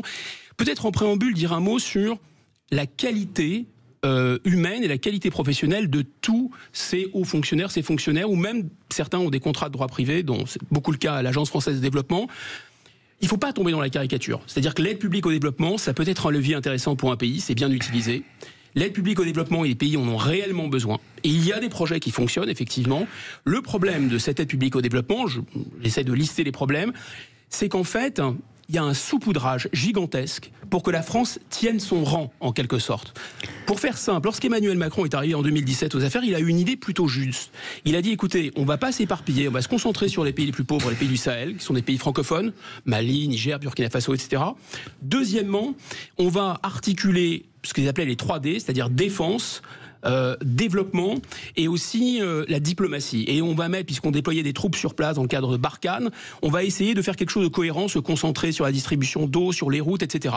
Le résultat a été cataclysmique, puisqu'en fait on a été chassé par ces pays et que ça n'a produit que des effets contre-productif. Là, Bamako est en train de tomber. Et donc, le président Macron, au lieu de tirer des conséquences de l'aide massive, parce qu'il avait augmenté cette aide dans des proportions hallucinantes, au lieu d'en tirer des conséquences, disant ça ne marche pas, qu'est-ce qu'il a fait? Il a redistribué cet argent à des fonds multilatéraux, notamment des fonds des Nations Unies. Et là, je peux vous dire, il y a une gabegie stupéfiante. Guillaume Bigot, est-ce que vous êtes d'accord pour que les auditeurs de Sud Radio vous appellent, vous posent des questions, quelquefois dérangeantes? Alors, vous nous appelez au 0826 300 300. Guillaume Bigot et moi-même attendons vos questions. Voilà. Et puis, on continue à réfléchir. On se retrouve dans un petit moment. Sud Radio. Sud Radio. Midi 14h. Sud Radio, la France dans tous ses états. Nous sommes avec Guillaume Bigot, député Rassemblement national du territoire de Belfort. Lyon de Belfort, on rappellera ce territoire historique. Et nous faisons l'inventaire des gabegies de dépenses publiques vers des projets qui sont un petit peu quand même aléatoires. Vous vous souvenez de Jacques Marseille, ce journaliste économiste du Point, qui faisait lui aussi un inventaire. Alors lui, il parlait bien de gaspillage. Là, ce que vous êtes en train de dire, voilà, il est 20% des dépenses publiques sont gaspillées. Pour rien. Là, c'est pas que du gaspillage, c'est qu'on peut aussi investir dans des produits qui n'ont aucun sens, voire qui peuvent être à un moment donné contraires aux intérêts de la France. Totalement contraire aux intérêts de la France. D'abord, en général, lorsqu'on aide, on ne le fait pas savoir, on s'excuse, qu'on a peur d'être accusé de colonialisme, on met à peine, non pas le drapeau français, mais un petit drapeau de l'organisation qui s'appelle Agence française de développement, avec un petit logo, et le drapeau du pays. Voilà. Ça, je l'ai vu au ça donne bonne conscience. Ça donne bonne conscience, évidemment. Parfois, ce qu'on fait, c'est que on laisse des entreprises chinoises gagner des appels d'offres. Par exemple, c'est 200 millions d'argent public qui ont été dépensés au profit des entreprises chinoises. Lorsque j'ai visité un des rares projets qui fonctionnait plutôt pas mal aux Comores, il faut rappeler que les Comores c'est dans l'océan Indien, juste à côté de Mayotte, et qu'ils envahissent Mayotte littéralement en envoyant des bateaux pour submerger Mayotte, puisque l'archipel des Comores revendique Mayotte, département français. Donc ce ne sont pas du tout nos amis, ils sont même proches des Chinois et des Russes, mais il n'empêche qu'on les aide. Et alors, avec cet argent, eh bien, ils le donnent aux entreprises chinoises qui construisent des routes. Donc notre argent permet de construire des routes fabriquées par les entreprises chinoises. Alors, pas par des gens du coin. Les Chinois font venir des ouvriers chinois sur place. Alors, croyez-moi, les Chinois, avec l'argent qu'on leur donne, eux, ils mettent le drapeau chinois en gros. C'est nous qui payons. C'est surréaliste. C'est surréaliste. Dans l'histoire des petits collés, on va en revenir puisque j'ai écouté Jean-Philippe Tanguy. Outre le fait que je l'ai vu de mes propres yeux, est édifiant parce que on est dans un cadre où on contrôle mieux, c'est ce qu'on appelle le l'aide bilatérale. C'est-à-dire c'est la France qui donne directement de l'argent à un autre pays, les Comores, et pas ces fameux fonds multilatéraux sur lesquels on reviendra, ou alors l'Union européenne. Parce que l'Union européenne, c'est du doux délire. L'Union européenne, ça nous coûte déjà presque 10 milliards d'euros par an. Là, il y a des milliards qui partent en aide de développement européenne. Alors, ça dilue notre propre aide. C'est-à-dire, c'est pas de l'aide reçue par la France, c'est de l'aide que la France donne à l'Union européenne, et l'Union européenne se fait plaisir elle-même en donnant cette aide. Mais c'est pas moi qui parle, c'est la Cour des comptes européenne qui a déjà épinglé à 2 reprises cette aide publique au développement européenne en disant que c'est du doux délire. On prend un exemple, ils ont été capables de financer pour lutter contre le djihadisme en Mauritanie 250 chameaux pour 13,5 millions d'euros, donc ça fait cher le chameau, 250 chameaux dans un pays, tenez-vous bien Perico, qui a déjà 3 millions de chameaux. Donc ils ont été acheter des chameaux dans le Golfe Persique et ils les ont emmenés en avion dans un pays qui est bourré de chameaux. Non mais c'est de là folie furieuse. C'est ubuesque ce que vous racontez. Vous êtes sûr de votre information? Certains. Ils ont payé des mixeurs électriques pour aider les jeunes Éthiopiens à se former à la cuisine, et ils ont diffusé ces mixeurs électriques dans toutes les écoles d'Éthiopie. Le problème, c'est qu'il n'y a pas d'électricité dans la plupart des écoles. Je reviens au chameau. Quel est l'argument justifiant Peut-être que l'un des hauts fonctionnaires de l'Union européenne avait lu les 7 piliers de la sagesse et s'est dit tiens, on va refaire le coup des méharistes, on va faire une armée de Mauritaniens à dos de chameaux qui vont lutter contre les djihadistes. Voilà, c'est contre les pick-up. Alors, je ne sais pas s'il y a des chameaux mauritaniens en Corse, mais nous avons Chantal qui nous appelle de Bastia. Chantal, on est avec Guillaume Bigot. Vous avez certainement une question à lui poser. Bonjour madame. Exactement, bonjour. Alors déjà, c'est un éditorialiste que j'appréciais particulièrement. Voilà, Merci. Tiens à le dire. Il était toujours très pertinent dans ses interventions. Il est encore. On essaye. Oui, tout à fait. Bon, je ne porterai aucun jugement sur le fait qu'il soit au RN parce que je n'ai pas à le faire et qu'il représente des électeurs. Donc pour ça, je respecte n'importe quel député. Et pardon, madame, même ceux qui n'ont pas voté pour moi d'ailleurs. Oui, exactement. C'est pour ça que je dis n'importe quel député. Vous avez raison, madame. Que ce soit. Je respecte absolument, et quand je vois que certains ne serrent pas la main à des députés RN alors qu'ils représentent des millions d'électeurs, ça me choque un peu. Bon, bref. Alors, moi, j'ai une question à vous poser, parce que moi, j'habite dans une île. Une belle île, très belle. Calistée. Oui, merci les Grecs de nous avoir appelés comme ça. Alors, moi, je voulais dire une chose. Alors, l'aide au développement, je suis pas contre, si on doit aller chercher de l'eau, et comme vous disiez très justement, bon, entre l'Union européenne, d'ailleurs, entre parenthèses, 730 milliards ont disparu, on ne sait même pas où ils sont. Il y a quand même l'île de la Réunion, où il y a certains endroits où ils n'ont même pas d'eau potable. Il y a quand même Mayotte, qui est en grande difficulté, la Guyane, enfin on a quand même des îles qu'on veut garder françaises, Donc, je pense qu'il serait quand même un peu judicieux de penser à eux d'abord, et on n'en fait pas assez. Moi, je trouve ça scandaleux qu'il n'y ait pas d'électricité et d'eau potable dans les dom-toms. Voilà. Et je trouve que plutôt que de donner de l'argent à l'Union européenne, on ferait mieux d'en sortir. Voilà. Citoyen Bigot, réponse.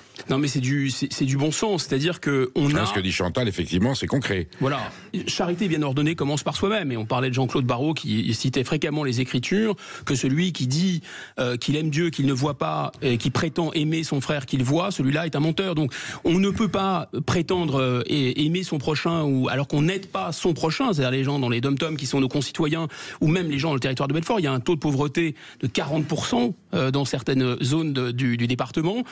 Il y a des classes qui ferment, il y a des bureaux de poste qui ferment, mais on rénove le centre-ville de Yaoundé à hauteur de 60 millions d'euros. Aucune priorité respectée, si je comprends bien. Ça n'a aucun sens. Donc, pourquoi pas aider, mais encore faut-il, en avoir les moyens dans un pays qui emprunte. Donc là, ce qui est fou, c'est qu'on emprunte très cher et qu'on prête à des organismes qui peuvent emprunter, eux, moins cher. Avec cet argent qu'on donne à des fonds, les fonds vont le reverser à des pays, ces pays vont acheter, par exemple, les entreprises chinoises. Donc, creuser leur propre déficit et creuser notre déficit en plus. Donc, on sponsorise finalement des concurrents ou des pays hostiles. On est dans un phénomène de sadomasochisme. Je ne vois pas. Les historiens de l'avenir vont se pencher là-dessus quand même. C'est stupéfiant. Quels sont les individus ou les organismes qui engendrent ces mécanismes, qui proposent ces dépenses, qui proposent ces attributions? Ce sont des organismes politiques publics, ça peut être des associations, est-ce qu'il peut y avoir un lobby justement de la subvention bidon pour aller dans un sens ou dans un autre? Alors, comment ça fonctionne? En fait, d'abord, ça fonctionne au chantage moral et à une espèce de phénomène de religiosité. C'est-à-dire que si vous donnez certains mots, comme dans une prière, vous prononcez certains mots. Par exemple, vous prononcez développement durable, vous prononcez égalité de genre, vous prononcez égalité de genre et développement durable. Vous dites que, je ne sais pas, des gens qui ont changé de sexe vont replanter des arbres en Amazonie. Alors là, tout de suite, il y a un phénomène religieux. On ne peut plus discuter. Ça devient formule sacrée, incontestable. Vous avez prononcé les mots sacrés. Parole d'évangile. Parole d'évangile. Ça s'appelle les ODD, les objectifs du développement durable des Nations Unies. Donc tout part de là. C'est repris par tout le monde et on est dans un phénomène qu'a bien décrit Albert Cohen dans la SDN, si vous voulez, c'est la bureaucratie internationale qui se paye de mots, ces gens-là se gobergent, alors ils luttent contre le CO2, mais ils se déplacent en avion, ils font énormément de CO2, etc. Et ils luttent contre la pauvreté, évidemment, en mangeant du caviar et en buvant du champagne. N'oublions pas. Et tous ces gens-là, ils se connaissent entre eux. Là, c'est vraiment le top niveau, la couche supérieure, ça se passe à New York. C'est une caste. Voilà, c'est une caste. Au-dessous de ça, vous avez alors, dans le G7 gravitent des grandes entreprises, on peut penser par exemple à Microsoft avec la fondation Bill et Melinda Gates. Moi, ça me fait furieusement penser aux dames patronesses du 19e siècle. Vous savez, ils faisaient travailler les enfants de nuit et puis de temps en temps, les mères de famille convoquaient les enfants ou leur donnaient un petit peu de brioche avec du chocolat, etc. Voilà. Mais en attendant, vous continuez à aller travailler la nuit. Mais là, c'est pareil. Donc, Microsoft, à mon avis, leur bilan carbone n'est pas vraiment fameux, mais c'est pas très grave. En tout cas, ils se donnent bonne conscience. Et Bill et Melinda Gates ont donné, par exemple, ont fabriqué un fonds pour l'inclusion financière des femmes en Afrique. Alors vous avez tout, vous avez femmes, Afrique, inclusion, la finance, donc tout est coché. Tout est coché. Voilà. Et alors ça ne marche pas, donc c'est pas moi qui le dis, c'est la Cour des comptes. 39 millions d'euros par la France, comme si on avait déjà assez d'argent, a été versé. On ferme des classes dans le territoire de Belfort parce qu'on n'a pas assez d'argent, mais on donne 39 millions. On donne 39 millions à qui? À ce fonds de dames patronesses, propriété de Bill et Melinda Gates, peut-être parce que le président veut se faire bien voir de Bill et Melinda Gates, c'est très chic en fait. C'est l'argent de nos impôts, on est bien d'accord. Oui, mais c'est so chic si vous voulez, c'est pas possible. Les femmes, l'inclusion, l'Afrique, Bill et Melinda Gates, la photo, vous imaginez en termes de communication, on fait cœur, vous voyez, c'est formidable quoi. Donc ça c'est le problème. Ça ne marche pas, mais on remet cette année 2 millions d'euros là-dedans. Or, j'ai vérifié, le bénéfice de Microsoft, du groupe Microsoft, c'est 88 milliards de dollars, pas d'euros, mais enfin c'est quand même considérable en 2024. Donc en fait, ils ont parfaitement les moyens de financer tout ce qu'ils veulent, mais ils vont quand même tendre la sébille, et nous, on est assez bêtes pour financer ça. On poursuit ce tableau tragique, édifiant dans quelques instants, et on demande à nos auditeurs de nous appeler au 0826 300 300, qu'ils n'hésitent pas. Midi 14h, Sud Radio, la France dans tous ses états. comment l'argent de nos impôts est balancé par la fenêtre, comment la République dépense des sommes considérables sur des projets qui n'ont ni queue ni tête. On en discute avec Guillaume Bigot qui nous fait un décryptage apocalyptique de cette situation. Guillaume Bigot, vous êtes allé vérifier sur le terrain, j'allais dire, cette aberration. Vous avez vu que l'argent n'arrivait pas où il fallait et que ça n'aboutissait à rien, tout simplement. Pour bien comprendre, il faut imaginer qu'on paye parfois des guirlandes de Noël ou des boules de Noël pour un sapin qui n'existe pas, où il n'y a pas de branche. En fait, comme il n'y a pas d'État, comme il n'y a pas d'administration dans la plupart de ces pays, vous financez des choses qui, par définition, peuvent pas exister, ne peuvent pas fonctionner. Par ailleurs, il arrive de financer des choses qui fonctionnent aussi, il faut le dire, mais assez rarement. Et en fait, ce que j'ai vu, je vais prendre quelques exemples, on peut se dire... Moi, j'estime, à partir de ces enquêtes, ces 2 années d'enquête que j'ai fait, que le bilatéral, je répète, de ce que la France finance en direct avec certains pays, c'est plus facile à contrôler par définition que quand vous mettez au pot dans des grands organismes internationaux, où là, ça disparaît et vous ne contrôlez pas. Mais le bilatéral, pour des choses, par exemple, comme rénover des écoles, en Comores, c'est très pauvre, donc c'est assez intéressant de rénover des écoles. Ça peut être intéressant d'investir dans l'éducation de ces jeunes. Voilà. Ou ça peut être intéressant de réhabiliter ou d'installer des hôpitaux de brousse. Parce qu'il y a par exemple des cas de choléra. Vous n'avez pas très bonne mine quand vous avez le choléra. Et en plus, ça peut se diffuser à Mayotte à côté. Donc tout ça peut avoir un sens. Alors, quand vous allez sur place, vous vous rendez compte que par exemple, l'hôpital a été rénové, il y a du matériel. Il est dans un état de crasse absolument hallucinant et il n'y a surtout pas de médecins, pas d'infirmières. On vous dit, mais alors où sont les médecins, où sont les infirmières? Ah mais non, mais il est 11h, ils vont arriver, etc., etc. Et puis vous avez un gars que vous avez vu avant, qui fait machine arrière, qui met une blouse blanche et qui dit, bah c'est moi le docteur. Voilà, c'est moi le médecin. Bon, donc en fait, on se fout de gueule. Alors, ça vous le signalez, Guillaume Bigot, ça vous le signalez quand vous revenez à Paris, vous transmettez. L'ambassadeur était là, il le sait bien. De toute façon, les autorités le savent. Alors attention, c'est un exemple. Je ne vais pas le généraliser. Bien sûr. Et c'est les Comores. C'est un pays très dégradé, particulièrement dégradé. Donc ça n'existe pas dans tous les pays, mais ça peut exister. Je l'ai vu. Et alors là, le diagnostic, qu'est-ce que c'est? C'est qu'en fait, le système de santé aux Comores, parce que la corruption est telle que le système de santé est très dégradé. Quand vous avez une maladie, si vous allez à l'hôpital des Comores, c'est tellement pourri que vous ressortez de l'hôpital plus malade que vous n'y êtes rentré. C'est pour ça que les gens n'y vont pas. Alors, on a payé, par exemple, une pièce, j'ai vu la pièce avec l'ordinateur qui n'a jamais été branché, pour que les femmes viennent se plaindre de harcèlement, etc. L'enfer est pavé de bonnes intentions, c'est une très bonne idée. Seulement, dans un système de contrôle social de village, vous imaginez que les femmes battues vont aller comme ça au vu au sud de tout le monde. Évidemment, l'ordinateur n'est pas branché. Deuxième exemple, les écoles. On a rénové des écoles, fort bien. Alors je dis, je veux visiter, alors on m'a donné une école témoin, il y a déjà très peu d'élèves, ça m'a paru bizarre. Je dis, je veux aller dans une autre école. Alors on me dit, non, c'est loin. Je dis, non, c'est pas loin, regardez sur la carte, c'est à côté. Évidemment, le convoi, ils sont obligés, m'amènent dans l'autre école. L'autre école est vide. J'ai dit, mais où sont les élèves? Où sont les professeurs? Explication, dont, là aussi, culturellement aux Comores, l'éducation publique des Comores qu'on finance, elle est de mauvaise qualité. Donc les Comoriens n'y vont pas. Et les fonctionnaires des Comores, dont 20% sont des faux fonctionnaires, n'existent pas ou sont morts, les profs qui existent quand même aux Comores publics, ouvrent des cours privés à côté.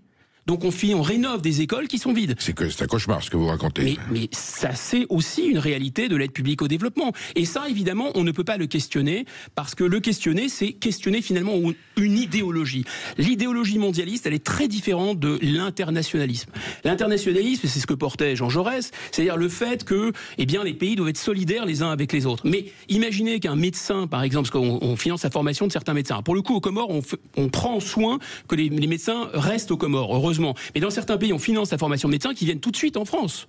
Bon, mais Jean Jaurès aurait mis un coup de pied dans le derrière à ces médecins en disant, mais allez développer votre pays, ne venez pas en France, ça n'a aucun sens, même si on en a besoin par ailleurs, on a besoin de médecins. Donc vous voyez, le problème c'est qu'en fait, on ne contrôle pas jusqu'au bout, ou plutôt on n'a pas intérêt à contrôler jusqu'au bout parce qu'il y a une idéologie de la bonne conscience, de la repentance, de la culpabilité, et en même temps ça justifie la mondialisation, les flux de mondialisation. Dernier exemple qui me paraît très choquant, on parle de Shine, vous savez, l'opérateur chinois. Shine. On a levé ce lièvre, en fait, l'Union postale universelle. Il y a un accord qui lie la France et d'autres pays avec l'Union postale universelle qui permet à la Chine, soi-disant payée en voie de développement, de ne quasiment pas payer des frais postaux. Et donc nous finançons les frais postaux de la Chine. Donc les produits qui viennent nous inonder et qui ferment les commerces en France, eh bien, grâce à un accord international, la solidarité internationale fait que les opérateurs chinois ne payent quasiment rien. On a fini par apprendre tout ça finalement. Guillaume Bigot, il y a Dianata qui nous appelle de Gradignan. Bonjour Dianata. Oui, bonjour. On vous écoute. Oui. Bonjour madame. Voilà, eh bien écoutez, moi je me demande depuis longtemps pourquoi la France semble avoir des pudeurs de gazelle pour ne pas diminuer de façon conséquente l'aide française au développement qui est quand même actuellement de 14 milliards, il me semble. Oui. Parce que les pays africains disposent d'une grande banque africaine, c'est la BAD, la Banque africaine de développement, dont le siège est en Côte d'Ivoire, et qui finance des projets dans les pays africains comme le Maroc, l'Algérie, le Congo, la Côte d'Ivoire, enfin dans énormément d'autres pays. Donc pour moi, le fait que la France donne en plus par ailleurs de l'aide via l'aide française au développement, pour moi ça fait un petit peu doublon. Et alors en diminuant cette aide à cette cotisation de 14 milliards à l'aide française au développement, cela permettrait d'aider nos dom-toms pour rebondir sur ce qu'a dit l'auditrice précédente. Guillaume Bigot, Diana Tam met le doigt sur quelque chose d'évident là. C'est une évidence. Il faut peut-être apporter une précision aussi pour des raisons historiques. Et à mon avis, ça me paraît assez choquant parce qu'on a fait des propositions pour réorganiser l'aide publique au développement. Une partie de financement de projets dans les départements et les territoires d'outre-mer passe aussi par cette ligne budgétaire de l'aide publique au développement. Donc voilà, une précision faite. Je suis évidemment totalement d'accord pour dire que cette aide, en fait, elle devrait être évidemment conditionnée. Il y a une aide qui peut être intéressante à condition, je pense, minimum que ça profite aux entreprises françaises quand on finance, que ça profite évidemment à la réputation de la France, donc que ça soit identifié par les bénéficiaires comme étant financé par les Français, ce que font les Chinois, ce que font les Américains, ce que font les pays sérieux, ce qu'on fait pas. Et ensuite, que ce soit conditionné aussi à des comportements respectueux à l'égard de la puissance aidante. Le minimum, c'est de ne pas verser d'argent, par exemple, à des pays qui reprennent pas les fameux OQTF. Alors, pour revenir à cette Banque africaine de développement, oui, elle existe. On a reconstitué son capital, donc on a levé plusieurs milliards et le contribuable français a été mis à contribution pour reconstituer le capital de cette banque, mais on finance aussi des prêts, c'est-à-dire des prêts bonifiés, c'est-à-dire des prêts qui sont plus intéressants que le marché, on paye la différence de taux d'intérêt, et surtout, ce qui est intéressant, là, c'était pas la Banque africaine de développement, c'est le Fonds africain de développement et l'Agence internationale du développement. Parce il faut dire, des centaines et des centaines d'agences, de fonds, de banques, etc. Ça pullule. Et il y a beaucoup, si vous voulez, de doublons là-dedans, de triplons, etc. L'AID ou le FAD, ces deux fonds, non seulement on les finance en direct, et en plus, quand les pays qui ont contracté des dettes auprès par exemple du Fonds africain de développement ne peuvent pas rembourser, eh bien, on va donner de l'argent au FAD pour qu'il annule les dettes. Donc on paye deux fois. AID, FAD, précisez-nous. AID, Agence internationale de développement, FAD, Fonds africain de développement. Et là où ça devient scandaleux, c'est que certains de ces pays sont des pays avec lesquels nous n'avons plus de relations diplomatiques et avec lesquels officiellement nous n'aidons plus. Alors on n'aide plus directement le Burkina Faso, mais on peut aider le FAD qui lui va financer des projets au Burkina Faso, avec des concurrents de la France, évidemment. Le terme de gabegie n'est pas usurpé, c'est une gabegie caractérisée. Alors quand même, Guillaume Bigot... Non, mais surtout sans contrôle démocratique, c'est ça qui est plus important. C'est là où j'y viens, justement, vous-même et au groupe Rassemblement National, et certainement dans notre groupe de l'Assemblée nationale, j'allais dire, vous n'avez pas le monopole de cette dénonciation, mais vous le faites de façon très efficace. Quelle est la réponse des autorités compétentes, des autorités gouvernementales, des pouvoirs publics, des organismes concernés? On vous apporte bien des réponses qui justifient ces dépenses. Quand vous arrivez avec ces faits qui sont accablants, qui sont terrifiants, il y a une réponse politique quand même, ou on essaie d'esquiver? La réponse, elle est que les contrôles sont opérés, en vérité, parfois, et à juste titre d'ailleurs, aussi surprenant que ça puisse paraître, je l'ai dit, nos personnels d'excellente qualité se plaignent du trop de contrôle. Les représentants français, les diplomates qui représentent la France dans ces fonds, se disent qu'ils passent leur temps finalement à remplir des tableurs Excel et à faire du contrôle. Le problème de ce contrôle, c'est le contrôle des shadocks en fait. C'est-à-dire, c'est pas un contrôle dans la réalité, c'est un contrôle a priori. Donc il n'y a pas contrôle d'efficacité ou de pertinence sur le terrain. Voilà. Et ensuite, ils l'avouent, ils disent par exemple, donc les diplomates du Quai d'Orsay, par exemple, les gens qui sont des très grands professionnels de la cellule de crise du Quai d'Orsay, nous disent qu'effectivement, eux, quand la France aide, quand la France finance des opérations humanitaires, les frais de structure, c'est 30%. Qui débloque les fonds? Quel organisme qui débloque les fonds? Le ministère des Affaires étrangères, bien sûr, qui répond aux ordres du gouvernement, du Premier ministre et du Président de la République. Donc Bercy en dernier lieu, forcément, l'argent sort de Bercy, du ministère des Toute cette aide publique au développement est théoriquement placée sous une double tutelle. D'un côté, le ministère des Finances avec la direction du Trésor, qui assure la tutelle, et de l'autre côté, le ministère des Affaires étrangères, avec la direction de la mondialisation du Quai d'Orsay. Ça, c'est les tutelles politiques. Normalement, il y a des ministres au-dessus, parce que je parle de tutelle administrative. Et puis, normalement, cet argent, il est autorisé par le Parlement. Donc il est voté. Donc les députés ont à un moment donné un droit de regard sur ces dépenses. Bien sûr. Et comment ça se passe là? Alors ça se passe, comme je vous le disais, avec un chantage moral de Béni Oui Oui, c'est-à-dire que dès lors que vous donnez quelques mots qui sont des mots-clés ou des mots sacrés, de toute façon, plus personne ne va chercher à savoir ce qui se passe, puisqu'on a l'impression que cette aide publique au développement, on ne comprend pas que ça peut être financer la filière du thé dans un pays qui n'est pas pauvre, où il n'y a pas de famine, par exemple, mais ça, ou financer un skatepark dans un pays qui est en train de décoller économiquement. Donc on a l'impression, dans l'esprit du public et aussi dans l'esprit des parlementaires, que l'aide publique au développement, c'est aider des gens qui sont en train de mourir de faim. L'aide humanitaire, c'est 8% de l'aide publique au développement, donc c'est peanuts en quelque sorte. Voilà. Et cette aide humanitaire en plus, elle-même, donc quand vous posez la question est-ce qu'ils vous répondent, c'est aux fonctionnaires, oui ils vous répondent, mais ils vous répondent qu'ils ont eux des instructions gouvernementales, ils ont des instructions surtout du Conseil présidentiel du développement présidé par Emmanuel Macron. Emmanuel Macron a tendance à se balader avec son chéquier, enfin notre chéquier, et à faire des chèques comme ça pour se faire bien voir en marge de sommet. Donc quand il dit 1 milliard de plus pour tel fonds, et ben voilà, ça va être exécuté. Alors en fin de course, en théorie, le parlementaire pourrait dire non. Alors nous, on dit non, par exemple, parce qu'on le documente, on dit stop, il n'a pas qualité pour faire ça. En plus des dépenses, ça passe forcément par le budget d'État. Mais on a cette idée, vous comprenez la réputation de la France, vous comprenez, les gens souffrent, n'ont pas d'argent, ont faim, etc.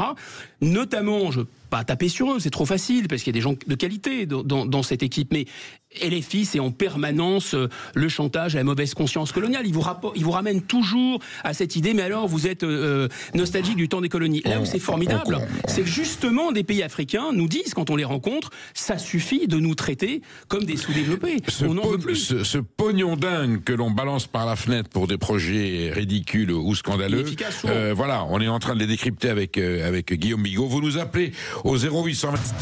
Midi 14h, Sud Radio, la France dans tous ses états.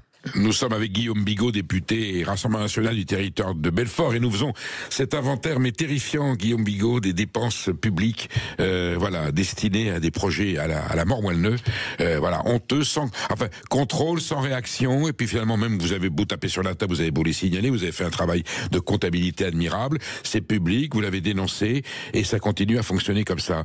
Merci, quoi. Oui, mais est-ce que c'est spécifique au fonctionnement de la République française, oui.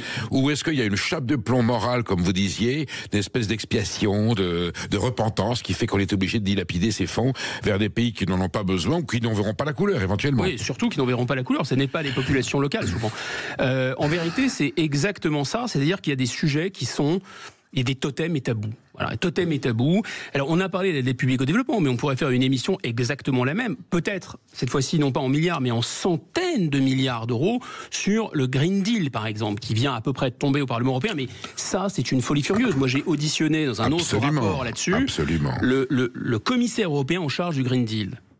Et je lui ai dit, mais enfin, écoutez, on a tous les graphiques, j'ai interrogé des physiciens du MIT, regardez le graphique. Enfin, plus on a de Green Deal, d'accord, et plus on a d'émissions de CO2 à l'échelle de la Terre. Et pour une raison simple, c'est que dans votre propre documentation de l'Union européenne, vous documentez ça, vous appelez ça des fuites de carbone. C'est-à-dire qu'en fait, plus vous tapez sur la tête des entreprises européennes et des industries européennes faiblement émettrices de carbone, plus elles vont délocaliser dans des pays massivement émetteurs de carbone. Donc plus vous faites ça, plus ça émet du carbone. Le gars me dit, ah mais vous savez, monsieur le député, on n'est pas là pour sauver la planète.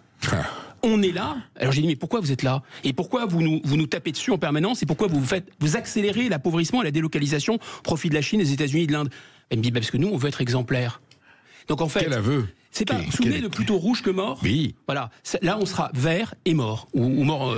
Dites-moi, Guillaume Bigot, entre le cumul, le calcul de ces sommes, on arrive à près de 13 milliards. Si on va regarder ensuite du côté des dépenses de l'assistanat social injustifié, des investissements industriels bidons, on les a les 45 milliards finalement. Ah mais à l'aise. Si on les cherche bien. Alors, on peut pas le faire comme ça d'un trait de plume ou avec... La tronçonneuse, c'est de la démago. Non, mais si on se met tous ensemble autour de la table... Si c'est pensé de manière intelligente, préparé, et on bosse pour le préparer et pour savoir ce qui doit être coupé, ce qui doit être rebasculé, quand et comment, oui, bien évidemment. Bien évidemment. Et je pense qu'une grosse partie de ce qu'on appelle le système, parce qu'en vérité, si nous accédons aux affaires, ça sera la première alternance depuis 1981, en vérité. Parce que depuis qu'il y a eu cette trajectoire de Maastricht, on n'a pas bougé le cap. Et comme il y a un GPS depuis Bruxelles, vous essayez de tourner le volant à droite, tourner le volant à gauche, on prétend qu'il y a une alternance, c'est toujours dans la même direction qu'on va, avec une inertie qu'on décrit là, sur l'aide publique au développement, mais c'est une inertie en matière d'immigration, mais c'est une inertie en matière de transition écologique, mais c'est une inertie en matière de libre-échange, etc. Je pense aux Françaises, aux Français qui payent des impôts. Pas changer. Il y en a qui payent des... Alors il y en a qui peuvent les payer. En fait, on peut changer. Même, bien sûr qu'on peut changer. Et je pense à ces contribuables. Alors il y a ceux qui peuvent payer, même si c'est lourd, ils peuvent payer. Il y a ceux qui se serrent la ceinture pour payer les impôts, et ceux qui vous disent mais avec cet argent je pourrais faire 1000 autres choses. Voilà. Ces gens-là très cher. Mais oui. Et ils ne voient pas la couleur de ce qu'ils payent, puisqu'en vérité ils voient que les lits d'hôpitaux, ce qui est le cas dans le territoire de Belfort, ferment. Ils voient que les classes ferment. Ils voient que les services publics se dégradent, et ils payent toujours plus. Et on voit un budget qui cumule les taxes par-ci par-là. Alors pour autant, je suis content de vous avoir sous la main, parce que tout à l'heure dans mes perles, je m'indignais en m'étonnant gentiment du refus de cette taxe de 2 € sur les petits colis qui viennent d'Asie. Et on a Jean-Philippe Tanguy qui prend la parole, et c'était sur Radio Monte-Carlo, et ensuite on l'entend au Parlement. Mais j'étais hier soir dans l'hémicycle, donc je l'ai entendu. Oui. Mais oui, je comprends pas. Alors lui dit, on pénalise une fois de plus les petits revenus parce que c'est ce genre-là. Mais enfin, on sait bien que ces petits colis sont nocifs pour l'économie. Ils contiennent des produits qui sont pas bons. Ils ruinent le commerce de proximité. Comment le Rassemblement national, qui est partant d'un patriotisme protecteur de l'économie française sur des bases et des arguments légitimes, a-t-il pu refuser de voter cette taxe de 2 €? Mais tout simplement parce que c'est une cotère sur une jambe de bois, parce qu'en vérité, on nous a traité d'épouvantables. Souvenez-vous, Perico, parce que nous étions ensemble, on nous a traité d'épouvantables protectionnistes à chaque fois qu'on voulait rétablir des frontières économiques. On a dit, mais vous êtes des protectionnistes, on va arriver aux heures les plus sombres, c'est ça qui a précipité la montée de la Seconde Guerre mondiale, etc. En vérité, aujourd'hui, tout le monde s'accorde à dire qu'il faut du protectionnisme, mais ils veulent du protectionnisme européen d'une part, et d'autre part, ils veulent des mesures qui sont inapplicables. Pourquoi? Alors d'abord, la Roumanie a fait la même chose. D'accord? Une fois que vous prenez une taxe de 2 €, ça va non seulement être interdit par l'Union européenne, mais surtout le mieux, c'est que vous n'avez absolument pas les moyens de contrôler ces colis. Donc vous vous faites plaisir, vous dépensez de l'argent pour mettre en place un système qui ne fonctionnera pas dans la réalité. Les Roumains ont déjà payé pour nous, ils ont arrêté, ça ne fonctionne pas. Parce qu'en fait, la quantité de ces colis est telle que ça ne marche pas. Alors qu'est-ce qu'il faut faire? Plutôt que faire le tri dans des colis, ce qui est chercher une aiguille dans une meule de foin, il faut juste interdire ces colis de Chine. Mais comme ils ne le veulent pas, comme ils ne veulent pas traiter, ils veulent mettre un sparadrap. Et ce sont les spécialistes de dire, regardez, ils refusent de mettre un sparadrap sur leur jambe de bois. Alors sur le Mercosur, est-ce que l'Union européenne prévoit des clauses qui permettent à des États de l'Union de dire non à des traités qui vous nuisent? Est-ce que le droit de réserve existe? Et est-ce qu'aujourd'hui la France, on en a Mme Genevard qui expliquait ce matin, on peut pas, on va essayer, le président de la République qui dit mais c'est pas si mal, mais finalement je vais refuser. Est-ce que la France peut demain, dans le cadre des règlements européens, dire je ne signe pas le Mercosur?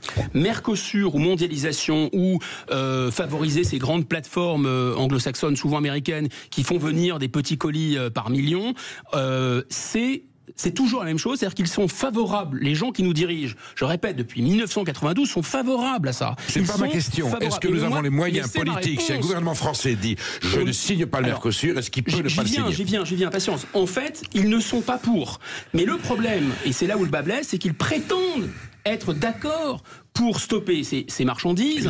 Ils le disent. Et ils disent que dans le Mercosur, il y aura des droits de réserve, etc. En vérité, ils veulent le Mercosur, ils veulent le libre-échange, ils pensent que c'est une bonne idée, ils ont le droit de le penser. Moi, je pense que c'est pas une bonne idée.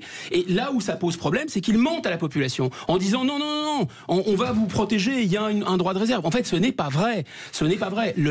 Il faut bien comprendre que dans le cadre actuel du fonctionnement de l'Union européenne, tout ce qui relève de la concurrence, du droit à la concurrence, c'est quelque chose qui est du monopole. Redites-nous ce qu'est le droit de réserve. Européenne. Ça permet à un membre de l'Union européenne de dire ce traité commercial est contraire à mes intérêts économiques, par conséquent je me réserve le droit de ne pas le signer. Dans des conditions très spécifiques. Il faut que ça atteigne à vraiment des notions de sécurité, d'ordre public, etc., que ça mette en cause vraiment la fragilité. Le poulet ukrainien, on avait dit on aurait pu mettre le droit de réserve. Il envahit le marché marché français alors qu'on a une filière avicole en danger. On l'a pas fait. Et on l'a pas fait. Et on aurait pu le faire. Et on m'a dit, on aurait pu le faire, mais on l'a pas fait. Mais parce qu'en fait, en réalité, quand on c'est ça là où est le problème. Moi, ça me dérangerait pas que les macronistes ou le PS c'est la même chose, ou LR c'est la même chose, et même déclinaisons disent finalement nous sommes pour le poulet ukrainien. Voilà, c'est plus clair. Nous sommes pour la mondialisation, nous sommes pour l'OMC, nous sommes pour le Mercosur. On pense qu'il y aura des victimes de ça, on pense qu'il y aura des gagnants, et nous la balance, et finalement on préfère ça. Oui, mais c'est clair. C'est indicible. Mais ils ne veulent pas dire ça. Oui, mais le problème c'est qu'ils veulent continuer à gouverner en faisant le contraire de ce que la majorité de la population française veut. Ça va savoir. C'est ça qui est le problème. Ça va finir par mais se ça savoir. se sait déjà. Ça se sait déjà. Là, on parle du libre-échange, mais c'est la même chose sur l'immigration.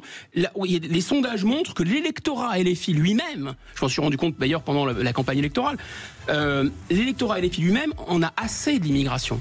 Vous vous rendez compte? Eh bien, Guillaume, vous reviendrez pour parler de ça parce que c'est un autre sujet. Et voilà, vous êtes extrêmement éclairant, très pédagogue, et on était ravis de vous avoir. Là, on va voir Brigitte Lahaye. Alors, pas de droit de réserve pour l'amour et les bons sentiments avec Brigitte Lahaye, voilà. Et vous l'appelez au 0826 300 300. Merci Guillaume Bigot, à très bientôt.